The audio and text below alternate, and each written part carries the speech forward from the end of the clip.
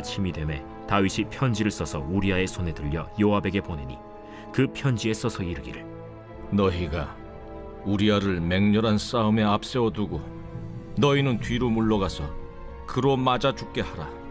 요압이 그 성을 살펴 용사들이 있는 것을 아는 그곳에 우리아를 두니 그 성 사람들이 나와서 요압과 더불어 싸울 때 다윗의 부하 중 몇 사람이 엎드러지고 헷사람 우리아도 죽으니라.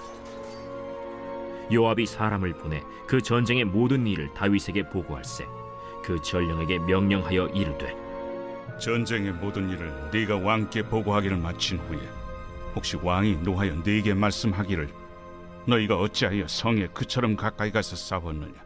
그들이 성 위에서 쏠 줄 알지 못하였느냐? 여룻베셋의 아들 아비멜렉을 쳐 죽인 자가 누구냐? 여인 하나가 성에서 맷돌 윗짝을 그 위에 던지매 그가 데베스에서 죽지 아니하였느냐?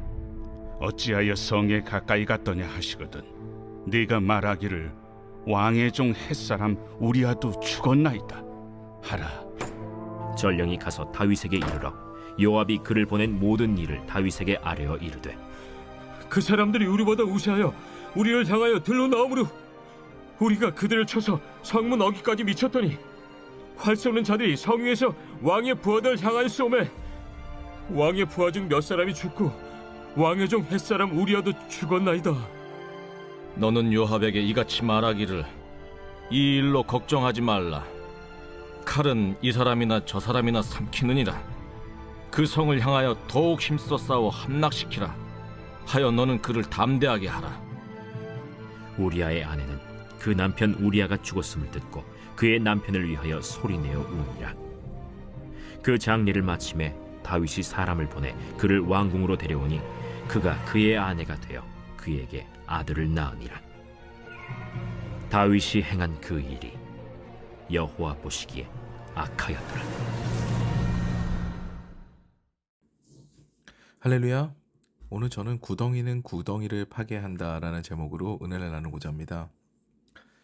죄의 무서운 점 중에 하나는요, 또 다른 죄악을 낳는다는 겁니다.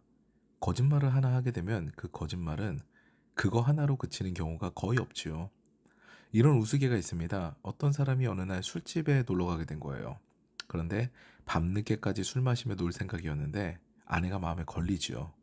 그래서 아내에게는 절친과 상의할 일이 있어서 조금 늦게 들어간다고 이렇게 거짓말을 합니다. 그리고 술집에서 신나게 놀았죠. 이제 계산하고 집에 가야 되는 시간이 되니까 그는 걱정이 되었습니다. 그래서 술집 사장을 불러서 사정 이야기를 합니다. 오늘 저는 여기 온 사람이 아니어야 합니다. 이런 이야기를 한 거죠. 카드로 계산할 텐데 사장님께서 잘 처리해 주세요. 그렇죠? 그러자 사장은 아이고 제가 이런 것 한두 번 해보지 않았습니다. 걱정 마세요. 절대로 술집 오신 것을 사모님께서 모르게 하겠습니다.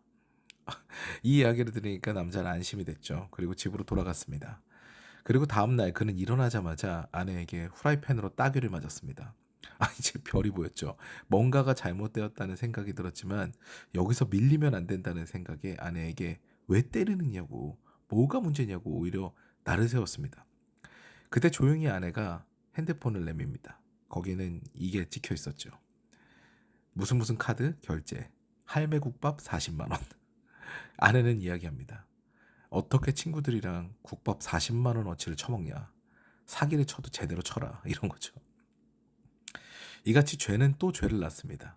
어제 본문 말미에 다윗은 마지막으로 우리아를 집으로 보내는 그런 계책을 씁니다.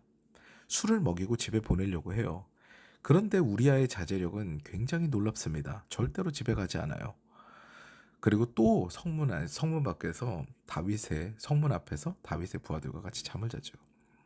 이에 다윗은 우리아를 다시 전장에 보내면서 우리아를 죽음으로 맞이하게 하는, 그리고 그의 죽음을 부르는 그런 편지를 그의 손에 들려서 보냅니다. 그 편지에는 이렇게 적혀 있었습니다. 오늘 본문 15절입니다. 그 편지에 써서 이르기를 너희가 우리아를 맹렬한 싸움에 앞세워 두고 너희는 뒤로 물러가서 그로 맞아 죽게 하라 하였더라. 요압 장군이 이 편지를 받았을 때 느낌이 어땠을까요? 우리아가 왕한테 정말 큰 죄를 지었나 보다. 그를 쳐버려야 되는구나. 그는 죽겠구나. 도대체 무슨 죄를 지었을까? 이런 생각이 들지 않았을까요? 그런데 왕의 명령이니 그는 이 말도 안 되는 명령을 수행합니다. 근데 여기서 한번 생각해 보세요. 부하들을 정말 끔찍하게 아꼈던 다윗입니다.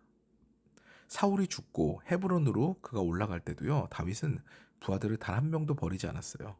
그 가족들까지 전부 챙겨서 올라가서 그들의 살 것을 마련해 준 사람이 다윗입니다. 그런데 욕정에 눈이 멀게 되니까요, 그런 다윗이 되니까 신앙인과는 거리가 완전히 멀어요. 이것이 죄의 무서움입니다. 그 죄악의 구덩이를 파기 위해 또 구덩이를 파는데, 그 죄악의 구덩이를 메우기 위해서 또 구덩이를 파는데, 그러다 보니까 구덩이가 계속 파지니까 죄악은 없어지지 않아요. 제가 성지순례를 갔을 때 요르단 암만성을 가봤습니다. 그러니까 성경에 기록된 라빠 성이죠. 그곳에 가면은 우리아가 죽은 곳이라고 표시가 된 곳이 있어요. 그런데 그걸 보면은요, 다윗을 향한 욕이 절로 나옵니다. 깎아지른 절벽 같은 곳, 절대로, 그러니까 제대로 된 지휘관이라면 그곳만큼은 절대 공격하지 말아야 될 곳을 우리아를 시켜서 공격한 거예요. 연약한 여인이요, 돌만 떨어뜨려도 죽을 것 같은 곳에 충직한 우리아는 돌격합니다. 그리고 그는 말 그대로 개죽음을 당한 거예요. 그날 전투는요, 당연히 질 곳을 공격했기 때문에 이스라엘군에서도 사상자가 제법 나온 모양입니다. 그래서 요압은 다윗에게 보고를 하면서 한 구절을 첨가합니다. 왕의 종 햇사람 우리아도 죽었나이다.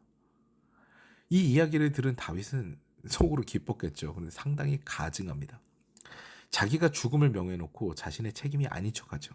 칼은 이 사람도 저 사람도 다 삼킬 수가 있으니, 죽일 수가 있으니 이번 전투에 연연하지 말고 힘을 모아서 담대하게 싸워서 성을 함락시켜라 라고 하죠. 그리고 그는 여기서 그치지 않아요. 그 이후로도 착한 척 가증을 떱니다. 예전에 다윗이 나발이 죽고 난 다음에 미망인이 된 그의 아내 아비가일을 데려와 부인으로 삼고 보살핀 것과 같은 그런 행동을 하죠. 우리아의 아내 밧세바가 미망인이 되니까요, 그녀를 데리고 와 왕비로 삼습니다. 내가 돌보겠다. 나를 위해 우리아가 죽었으니 이 충직한 우리아를 위해서 나는 그의 남편 된 의무를 내가 대신하여 밧세바에게 하겠다. 뭐 이런 거죠. 근데 모두 아시다시피요, 아비가일과 밧세바는 전혀 다른 경우예요. 다윗은 불륜을 저질렀고 그걸 덮기 위해서 우리아를 죽여서 미망인을 만들어서 그 밧세바가 미망인이 되었기 때문에 그 밧세바를 데려온 거거든요. 하나님께 처벌받은 나발의 아내, 나발, 그리고 그의 아내를 불쌍히 여겨서 데려온 그런 아비가일의 경우와는 전혀 다른 거예요. 그런데 다윗은 이와 같이 끝까지 가증한 짓을 한 거예요. 이같이 오늘 제목 그대로요, 죄의 구덩이는요, 그것을 메우기 위해 또 다른 구덩이를 팝니다. 그리고 파고 파다가 결국은 내가 감당할 수 없는 지경에까지 이르게 되죠. 영혼의 짐을 진다는 것은요, 내가 해결할 수 없는 부분이에요. 그 죄책감은 결국 나를 나락에 빠뜨립니다. 게다가요, 하나님께서는 이 모든 것을 아세요. 그리고 책임을 물으십니다. 그러므로 우리는 늘 겸손하게 하나님 앞에서 죄인임을 고백하고 죄악된 삶을 벗어나기 위해서, 죄악된 삶으로 가지 않기 위해서 말씀 생활과 기도 생활을 게을리하지 말아야 되는 겁니다. 오늘도 다윗의 안타까운 범죄를 거울 삼아서 나를 돌아보고 나의 악한 부분으로 혹시나 연약한 지체들이 아파하는 경우가 있는지 다시 한번 생각해보며 주님 뜻대로 이웃을 사랑하고 자녀들을 사랑하기로 또 결단하는 그런 은혜가 저와 여러분에게 가득하시기를 주님의 이름으로 축원합니다.